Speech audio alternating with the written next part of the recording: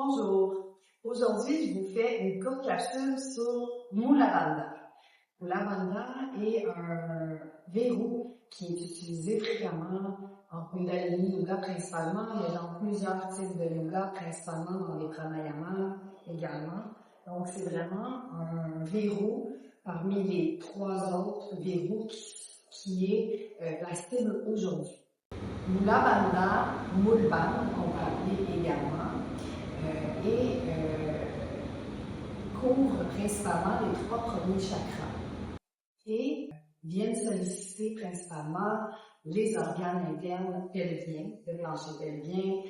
Donc, le fait de générer une contraction au niveau de Mula Bandha va activer principalement Apana, Prana. Prana, c'est une énergie qui se trouve vraiment plus au niveau supérieur et Apana qui se trouve vraiment plus au niveau des énergies inférieures. Le fait de stimuler ces deux énergies, un qui est une énergie qui est montante et l'autre qui est descendante, va générer d'une certaine façon en Kundalini Yoga l'activation qu'on appelle l'énergie vitale.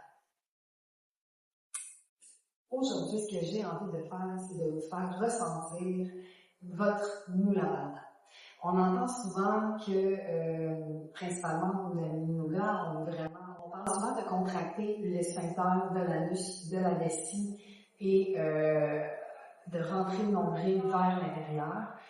Souvent, si on fait ces mouvements, on va crisper le visage dans la mâchoire. Ce qu'on veut, c'est vraiment aujourd'hui faciliter la compréhension de Mula Bandha et apporter un peu plus de facilité et de fluidité pour les gens qui ont un peu plus de difficulté à ressentir cette région, mais aussi pour tous ceux qui ont le désir simplement d'expérimenter autre chose. On va commencer à 4 pattes. On va bien s'installer dans le chat, mais le dos cru. Et on va épeler que. Donc, soit sur une inspiration ou en 3 respirations. Et vous ressentez ce qui se passe au niveau de votre plancher pelvien. Au niveau du plancher pelvien.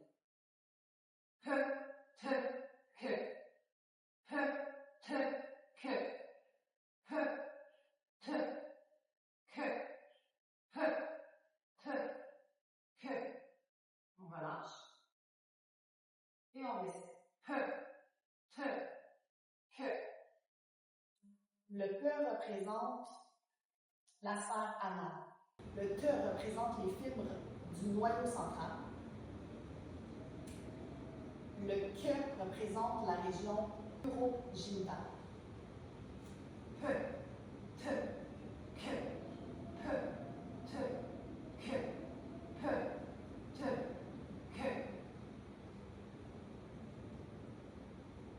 Parfait. On va poursuivre avec la deuxième exercice. On va y aller avec le dos. Et on va faire comme si on voulait faire de la buée, mais en envoyant en même temps.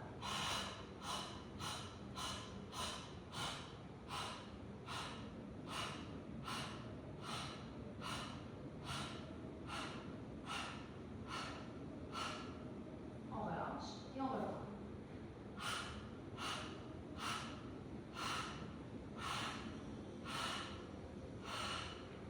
Parfait. Vous sentez ce qu'on ressent au niveau du plancher pelvien. Maintenant, on passe dos creux. Et on produit la même chose.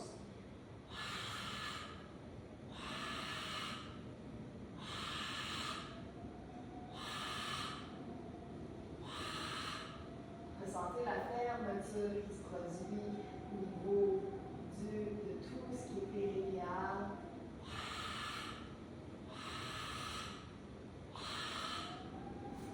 Donc, vous avez un bref aperçu de ce que Mula Bandha est. Il manque une petite information.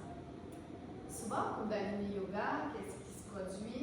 C'est qu'on va avoir des rétentions pour monter. Le problème, c'est que si on gonfle l'abdomen ou on gonfle diaphragme haut. En fait, en inspirant, le diaphragme s'abaisse et va venir nuire au plancher pelvien. Donc, ce qu'on veut, c'est quand on fait des inspirations poumon plein, c'est qu'on va venir respirer plutôt au niveau du diaphragme thoracique bas. Donc, on va venir ouvrir les côtes ici. Donc, on va faire un exercice, c'est qu'on va inspirer comme si on empêchait l'air de rentrer au niveau de l'abdomen, et au niveau du thorax, mais seulement au niveau des côtes.